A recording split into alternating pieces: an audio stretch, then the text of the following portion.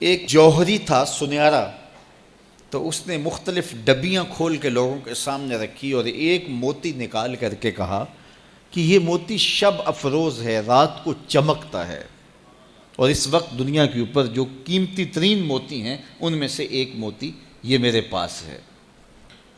خیر اس نے اپنا سامان سمیٹا تو اس مجلس میں ایک چور بھی بیٹھا ہوا تھا، اس کے دل میں لالچ آ گئی، تو اس نے اس جوہری سے کہا کہ جناب کہاں کے ارادے ہیں؟ تو اس نے کہا کہ میں بمبئی جا رہا ہوں۔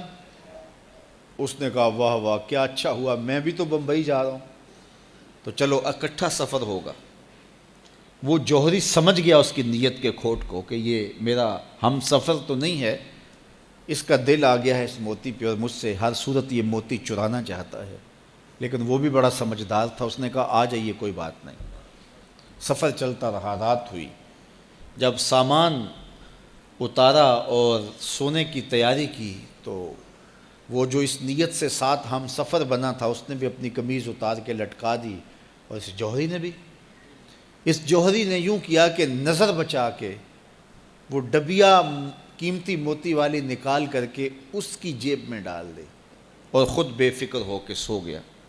جب یہ خراٹے لینے لگا تو چور اٹھا، اس کا سامان ٹٹولا، اس کی جیبیں دیکھیں، سارا دیکھتا رہا۔ خیر دن چڑھ گیا، جوہری اٹھا، اس نے نظر بچا کر کے اس کی جیب میں ہاتھ ڈال کر کے وہ موتی اپنی جیب میں ڈال لیا۔ صبح جب ناشتے پہ بیٹھے تو اس چور نے باتوں ہی باتوں میں بات کی، وہ آپ کے موتی کی چمک شمک نظر نہیں آئی رات کو؟ تو وہ ہنس کے کہنے لگا نہیں میرے پاس ہی تو تھا، وہ جیب سے نکال کے سامنے رکھ دیا۔ دل ہی دل میں بڑا حیرت زدہ ہوا، میں نے تو سارا ٹٹولا، یہ اگر کہیں تھا تو مجھے کیوں نہیں ملا؟ چلو آج صحیح۔ اگلا دن آیا تو پھر اس نے قمیض اتار کے رکھی اور اس نے نظر بچا کے اس کی قمیض میں وہ موتی ڈال دیا اور خود بے فکر ہو کے سو گیا۔ یہ ساری رات اس کے سامان میں، اس کے لباس میں تلاش کرتا رہا اور وہ مزے سے سویا رہا۔ صبح اٹھا اور نظر بچا کے اپنی جیب میں ڈال لیا۔ ناشتے پہ پھر بات کی کہ وہ آج بھی کوئی چمک شمک دکھائی نہیں دی۔ اس نے کہا میرے پاس ہی تھا، جیب میں ہاتھ ڈالا اور سامنے رکھ دیا۔ بڑا حیرت زدہ ہوا، دل ہی دل میں سوچا چلو کل صحیح۔ اس نے پھر ایسے کیا اور یہ ساری رات اس کا سامان ٹٹولتا رہا پوری تفصیل کے ساتھ۔ خیر جب صبح ہوئی تو اس نے پھر نظر بچا کے اپنی جیب میں وہ موتی رکھ لیا تھا، تو اس نے پوچھا وہ رات والا موتی آپ کا نظر نہیں آیا جس کو آپ کہتے تھے چمکتا ہے؟ کہا وہ ڈبیا میں رکھا ہے اس لیے چمک دکھائی نہیں دی، تھا تو میرے پاس ہی، اور جیب میں ہاتھ ڈالا اور سامنے رکھ دیا۔ یہ سر پکڑ کے بیٹھ گیا، میں روز اس کی جیب ٹٹولتا ہوں، سامان بھی دیکھتا ہوں، یہ رکھتا کہاں ہے؟ میں نے تو کوئی جگہ نہیں چھوڑی۔ اس نے کہا سچ بتاؤں میں تیرا ہم سفر نہیں تھا، میں چور تھا، میں تم کو بتا رہا ہوں۔ اب آپ میرے بھی استاد نکلے، مجھے اتنا بتاؤ کہ یہ موتی آپ رکھتے کہاں تھے؟ میں ساری رات ٹٹولتا رہا اور 3 دن ہو گئے مجھے، میں نے کوئی گوشہ نہیں چھوڑا، آپ کا سامان کھول کھول کے دیکھا ہے، آپ کا لباس الٹ پلٹ کے دیکھا، لیکن مجھے ملا ہی نہیں، یہ رکھتے کہاں تھے؟ مجھے یہ تو بتاؤ۔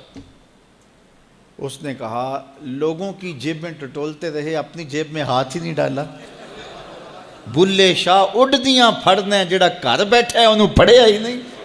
وَفِي أَنفُسِكُمْ أَفَلَا تُبْصِرُونَ، کہا تم کہاں اسے ڈھونڈ رہے ہو، ذرا اندر بھی اتر کے دیکھو، اندر اترو گے تو اس کا سراغ مل جائے گا۔ نہ مسجد وچ نہ مندر وچ، لب یار نو اپنے اندر وچ۔ جب اپنے اندر اترو گے تو پھر سراغ زندگی نصیب ہو جائے گا، عرفان ذات ہوگا تو پھر عرفان الہی نصیب ہوگا۔ لیکن ہم دائیں بائیں ڈھونڈنے نکلے لیکن اپنے اندر اتر کے نہ دیکھا۔ تو سراغ زندگی ملتا ہی تب ہے جب اس کی چوکھٹ پہ جھکنا بندہ سیکھ جاتا۔ تو اس کی چوکھٹ پہ جھک کر کے زندگی کی سربلندی حاصل کیجئے اور مقصد زندگی حاصل کیجئے۔